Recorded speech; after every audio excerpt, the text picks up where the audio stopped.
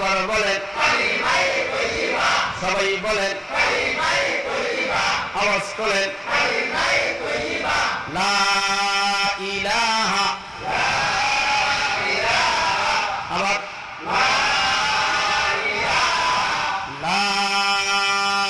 ইলাহা ইল্লাল্লাহু ইল্লাল্লাহু ইল্লাল্লাহু ইল্লাল্লাহু ইল্লাল্লাহু ইল্লাল্লাহু এটা টান হবে ঘরে ঠিক আছে ইল্লাল্লাহু